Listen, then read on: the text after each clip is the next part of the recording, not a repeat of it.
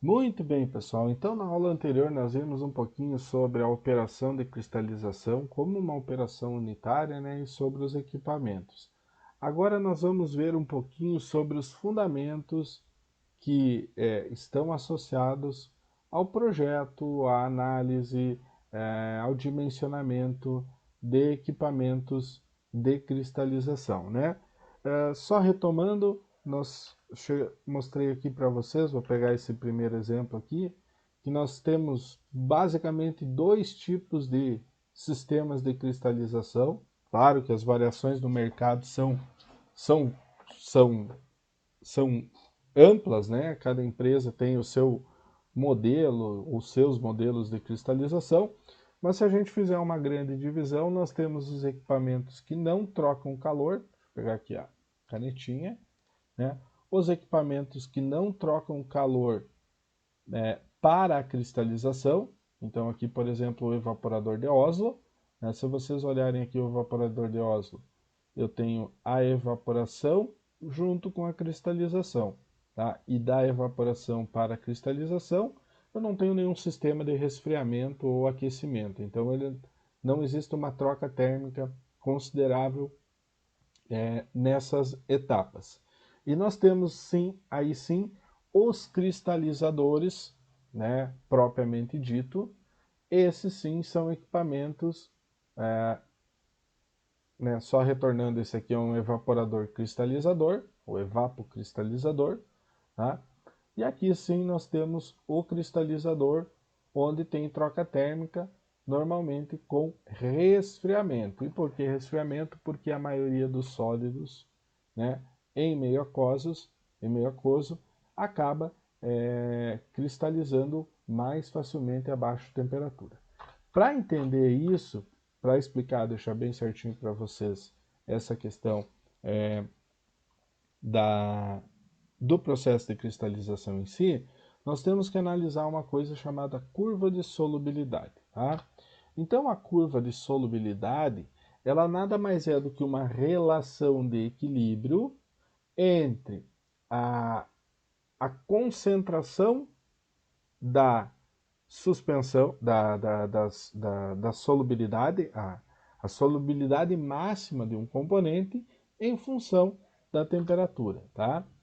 Uh, e, e esses dados aqui vão ser importantes para análise de sistemas de cristalização. Então, por exemplo, aqui eu tenho um diagrama de fase do sulfato de magnésio, né? Do sulfato de magnésio em diferentes temperaturas, tá? Então aqui a concentração, tá? Em libras por 100 libras de solução, então aqui em percentual, e aqui a temperatura. Então o que vocês estão vendo aqui em graus Fahrenheit, né? Vocês estão vendo que aqui no trecho acima do ponto A, né? Aqui nós temos um ponto onde tem a formação de gelo, então não vem ao caso, tá? Não é o que eu estou analisando, mas aqui acima do ponto A, né? Conforme eu aumento a temperatura, a solubilidade do MgSO4 aumenta. Então, sempre que a concentração da substância estiver abaixo dessa curva de solubilidade, né, o que eu vou ter? Eu vou ter uma solução. E sempre que eu estiver acima dessa curva de solubilidade, eu vou ter uma solução heterogênea com o composto aqui que eu estou analisando. Então, por exemplo, no caso do MgSO4, se eu pegar aqui entre uma temperatura de 40 e 120 graus Fahrenheit, né, eu vou ter uma solução mais MgSO4 heptahidratado. Tá? Se essa temperatura aumenta, ali entre 120 e 150 graus Celsius, eu vou ter uma solução e cristais de MgSO4 hexaidratado. E se eu continuo aumentando acima de 150 até 250, eu vou ter MgSO4 monohidratado.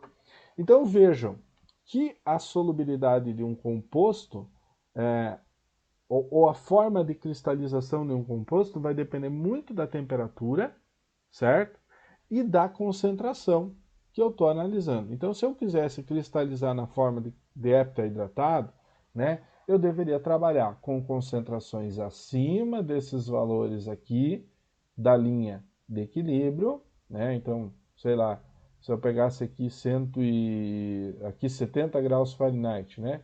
Então, eu teria que trabalhar aqui com uns 30% de sulfato de magnésio, né? Numa temperatura aqui de 70 graus Fahrenheit, tá? Se eu quisesse trabalhar com sulfato de magnésio com um grau de hidratação menor, cristais monohidratados, por exemplo, né? Então eu teria que trabalhar lá, por exemplo, a 150 graus Celsius, né? 180 graus Celsius, e com uma concentração próximo a 50% para ter os cristais na forma monohidratada. Tá? Esses dados de solubilidade, tá, estão lá no material de apoio de vocês, tá?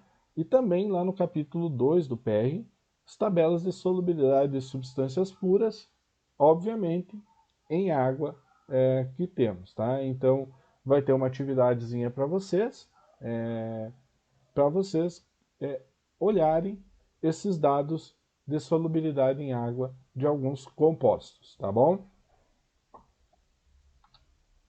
Então, em resumo, eu limpei um pouco essa curva de solubilidade para ficar mais visual para vocês, né?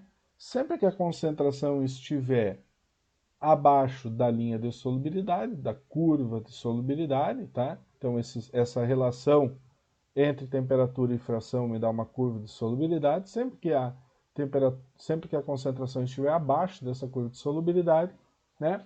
Eu vou ter sólidos. Os sólidos estarão numa forma solúvel no meu líquido, né? E quando eu tiver uma concentração acima dessa curva de solubilidade, né, eu vou ter líquidos com sólidos solúveis mais cristais solubilizados. Então, duas fases, uma solução heterogênea, tá?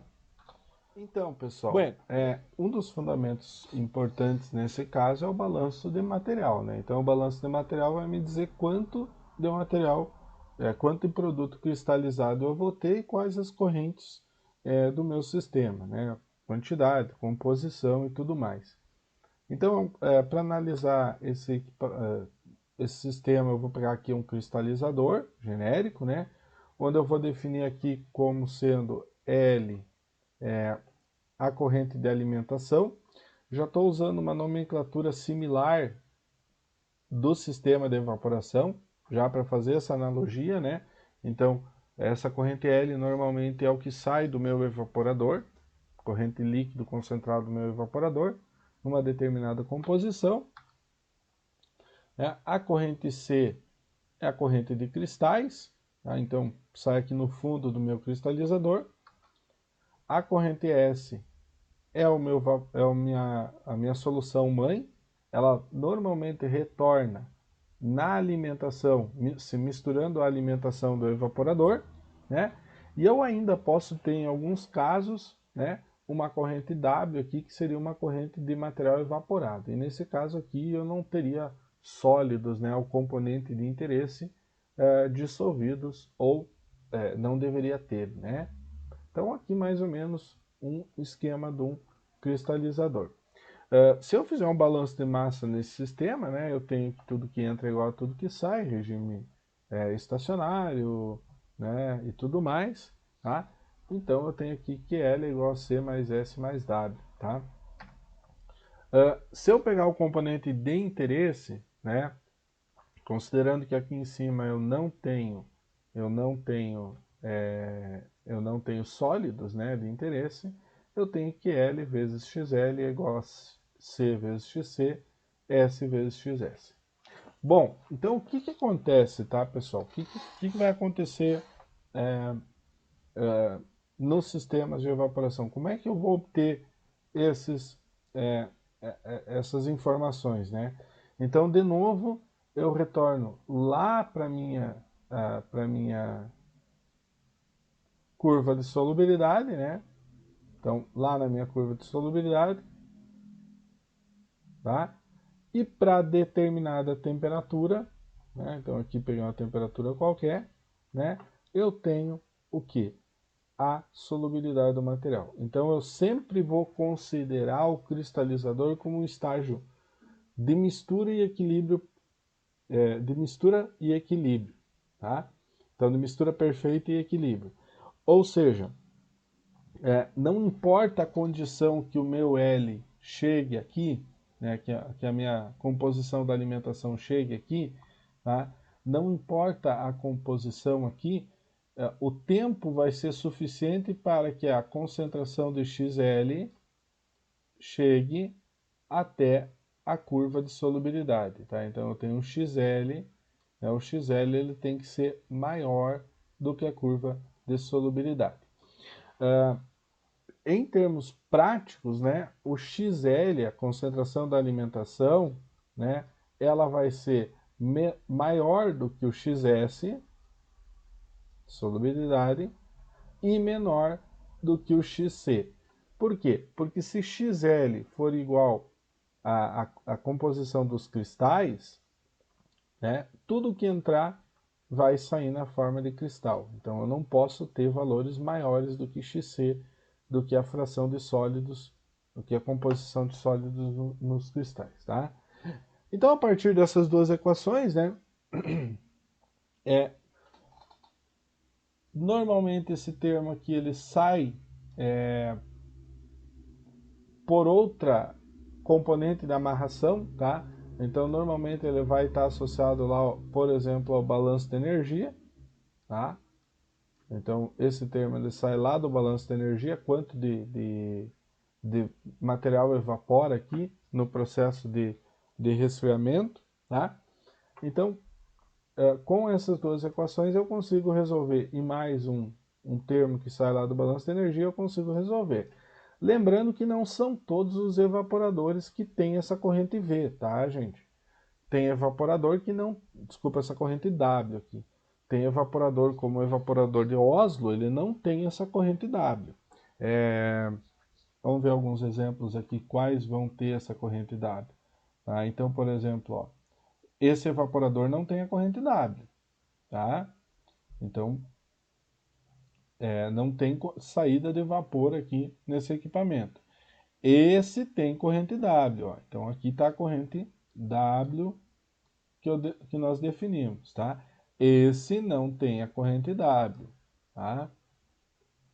Este também não tem a corrente W, tá? Não tem a corrente W, tá? Esse também não tem a corrente W porque tem um sistema de refrigeração aqui em cima, não tem o W, tá?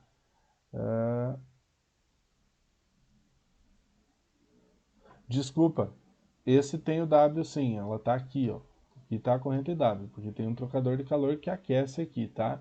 Esse aqui também tem, ó. Tá aqui o W, ó. Peço desculpa, tá? Então são sistemas, todos os sistemas que têm aquecimento vai ter uma corrente W lá, tá? O Oslo. O Oslo tem a corrente lá de vapor do evaporador, mas aqui embaixo, no sistema de cristalização, como o sistema de evaporação é separado do sistema de cristalização, né, no máximo que eu vou ter alguma coisinha aqui que vai sair por esse tubo de ventilação, que é quase que desprezível, então não tenho a corrente W. Tá? Nesse sistema aqui, eu também não tenho a corrente W. Então depende muito do equipamento, eu vou ter ou não a evaporação no sistema de cristalização, tá?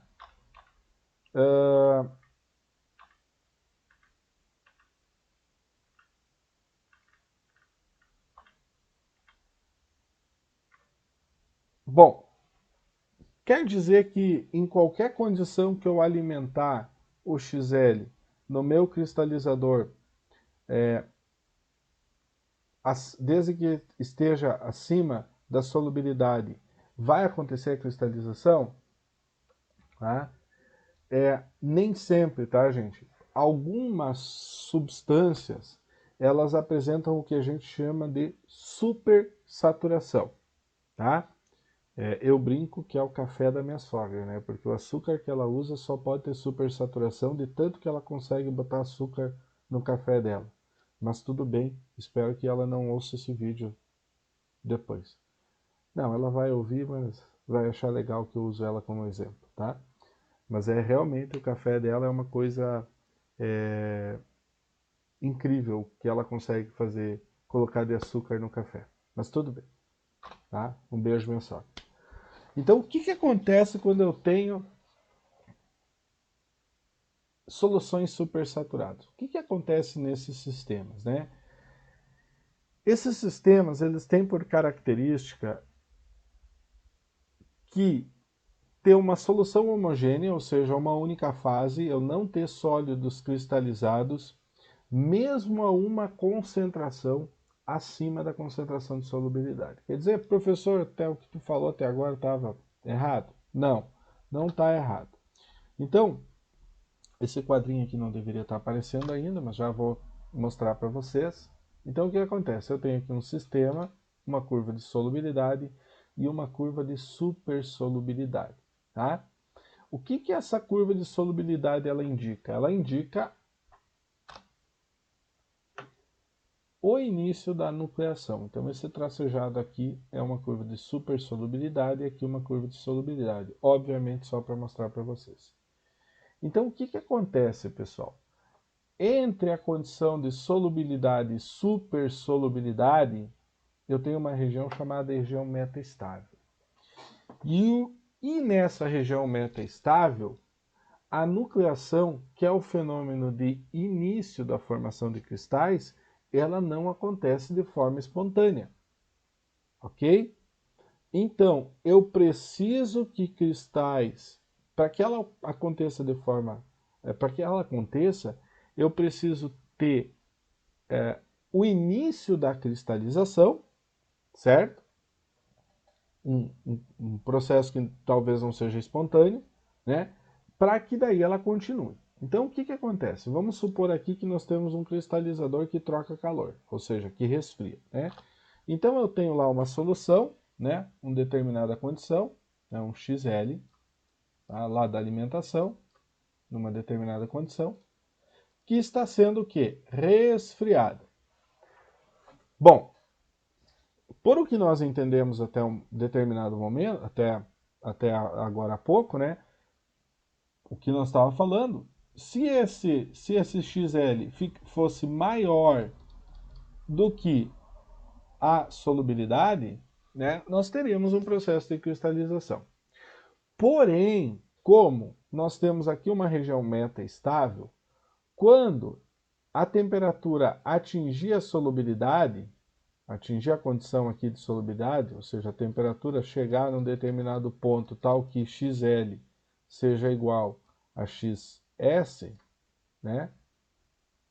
Então aqui eu tenho XS para essa temperatura, tá? Eu não tenho nenhum cristal, nenhum sólido cristalizado no meio.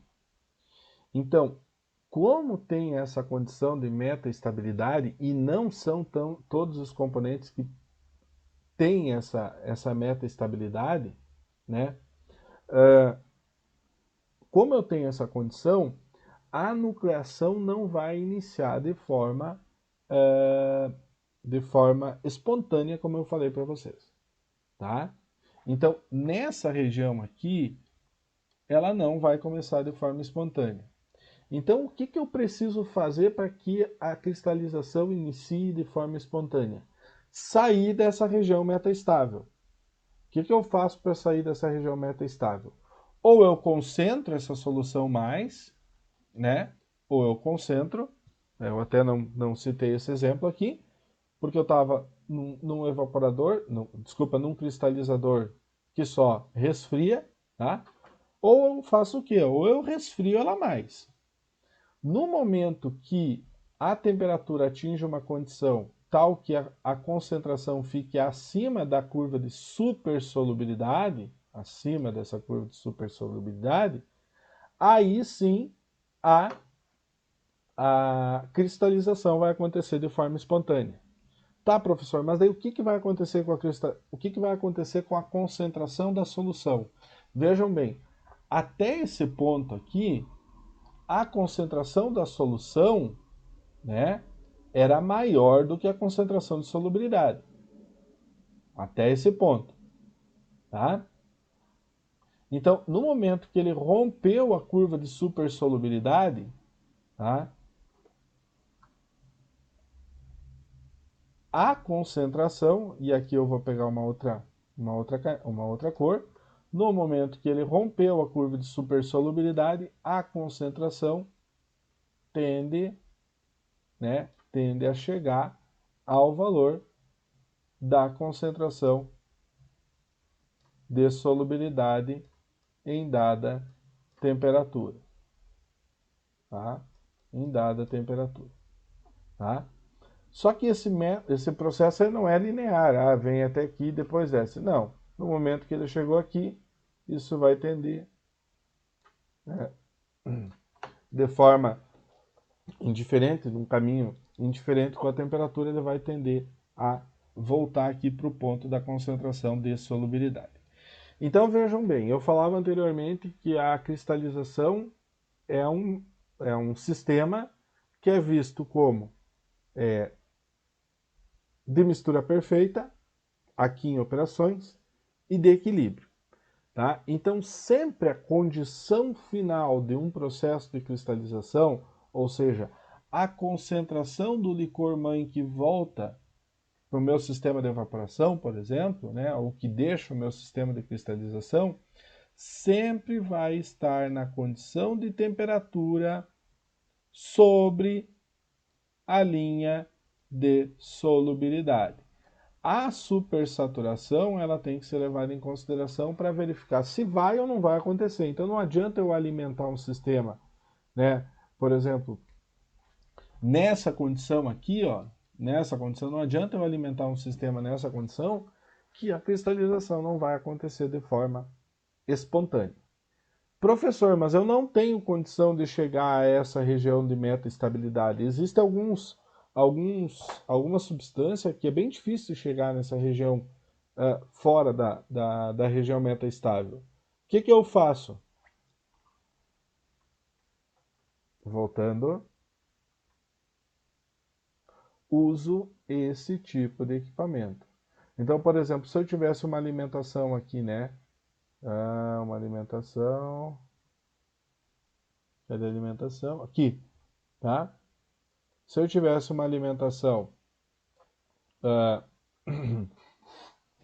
meta-estável aqui, na região de meta-estabilidade, com concentração na região de meta-estabilidade, esses sólidos que estão sendo alimentados aqui, eles vão fornecer o start necessário para que a cristalização ocorra, tá? E aí, gente, a gente entra numa questão que deve ser levada em consideração, que está associada um pouco à cristalografia, tá? Mas ela tem que ser levada em consideração quando a gente fala em soluções meta-estável, que é um pouco sobre a teoria de nucleação. Então, existem modelos para predizer esse comportamento de nucleação, modelos cinéticos para descrever o comportamento no tempo desse processo de nucleação, mas nós não vamos entrar aqui na disciplina de operações, nós não vamos entrar nesse território, digamos assim, tá? Nós vamos entender como um sistema de equilíbrio, tá? Mas é importante a gente entender a nucleação, até porque isso, para o pessoal da engenharia de alimentos, isso é super importante em alguns produtos, né? Como que essa nucleação acontece, vai estar diferenciando tecnologicamente os produtos que são obtidos via cristalização, tá? Então, existe basicamente dois tipos de nucleação, né? Que seria a nucleação primária, tá? Essa nucleação ela acontece devido a uma supersaturação, tá? Então é no caso onde a concentração rompe a linha de saturação e a linha de meta-estabilidade, tá? E uma nucleação secundária que ela está associada a cristalização devido à presença de outros cristais já formados. Então, poderia ser numa região metaestável, eu jogo cristais lá para dentro e esses cristais iniciam, dão start ao processo de cristalização, tá? A primária pode ser dividida em homogênea ou heterogênea. Homogênea quando ela ocorre devido à supersaturação, propriamente dito, ou heterogênea devido à introdução de núcleos estranhos, tá? E a secundária, ela pode ser dividida em aparente, então, que acontece na superfície de núcleos primários, por contato, então devido ao choque de núcleos já formado, então eu tenho dois núcleos primários que se chocam,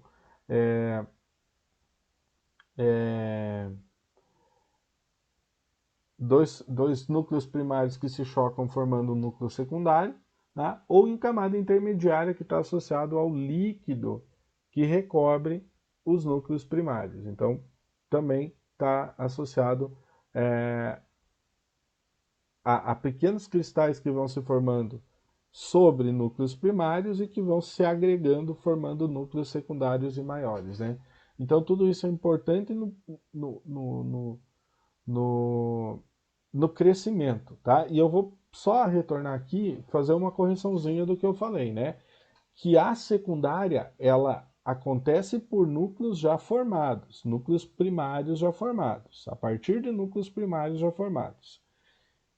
A nucleação primária heterogênea é aquela que eu introduzo um corpo estranho e esse corpo estranho promove a nucleação numa região de metaestabilidade e não na nucleação secundária. Beleza, pessoal? Até aí? Então, de novo, eu tenho alguns vídeos aqui que eu coloquei para vocês, né, da cristalização em alimentos, né? E então a gente fica nessa aula, né, com os aspectos relativos ao balanço de massa e principalmente a questão de curva de solubilidade, que é algo tão importante quando a gente vai fazer o balanço de massa de sistemas de cristalização. Beleza, pessoal? Até a próxima.